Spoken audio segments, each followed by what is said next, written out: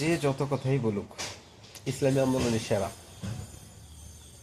যে যত কথাই বলুক, যে যত অপপ্রচারই চালাক, কিন্তু আমার কাছে ইসলামী আন্দোলনই সেরা। কারণ ইসলামী আন্দোলন বাংলাদেশের এই পর্যন্ত, আজকে পর্যন্ত, এখন পর্যন্ত কোনো দুর্নীতি নাই, কোনো তারা চাঁদাবাজি নাই, তাদের কাছে কোনো ধর্ষণ, খুন, রাহাজারি ইসলামী আন্দোলনের মধ্যে আমরা পাইনি। বাংলাদেশে যতগুলো দল আছে এর চেয়ে এই দলগুলোর মধ্যে সবচেয়ে ফ্রেশ যেই দলটা বিশ্লেষকরা যা পাইছে সেটা হচ্ছে ইসলামী আন্দোলন বাংলাদেশ, যেটাকে হাত পাখা মার্কা বলে। তাদের প্রতীক হচ্ছে হাত পাখা। তবে আমি কিন্তু কোনো দল করি না, আমি রাজনীতি করি না। তবে ইসলামী আন্দোলন বাংলাদেশকে আমি খুব পছন্দ করি, খুবই পছন্দ করি। আর দিন দিন ইসলামী আন্দোলন বাংলাদেশ যেভাবে তারা এগিয়ে যাচ্ছে, ইনশাল্লাহ আমার মনে হয় একসময় ইসলামী আন্দোলন বাংলাদেশ রাষ্ট্র পরিচালনা করবে, ভালোভাবে তারা রাষ্ট্র পরিচালনা করবে ইনশাল্লাহ, আমার মন যেটা বলে। ইসলামী আন্দোলনের বাংলাদেশের কিছু চেয়ারম্যান ছিল, যারা যারা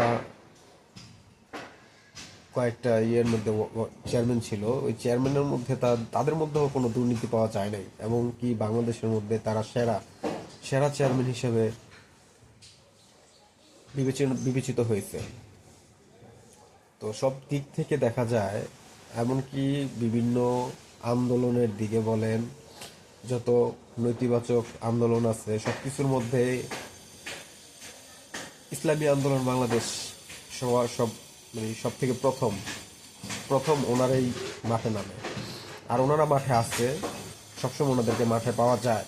হয়তো মিডিয়া তাদেরকে ফলো করে না, তাদেরকে ফোকাস করে না, হয়তো মিডিয়াতে আসে না, কিন্তু তারা সবসময় মাঠে থাকে।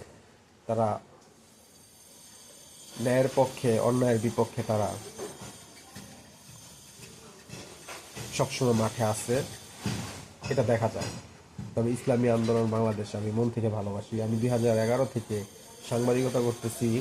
সাংবাদিকতায় আমি যতটুকু পাইছি, ইসলামী আন্দোলন বাংলাদেশ একমাত্র দল যেই দলটা বাংলাদেশে তাদের কোনো খারাপ কোনো রেকর্ড নাই, তারা কোনো কিছুর সাথে জড়িত না, খারাপ কোনো কিছুর সাথে তারা জড়িত না, তারা ফ্রেশ, মানে ফ্রেশ একটা যদি দল থাকে বাংলাদেশে, সেটা হয়েছে ইসলামী আন্দোলন বাংলাদেশ।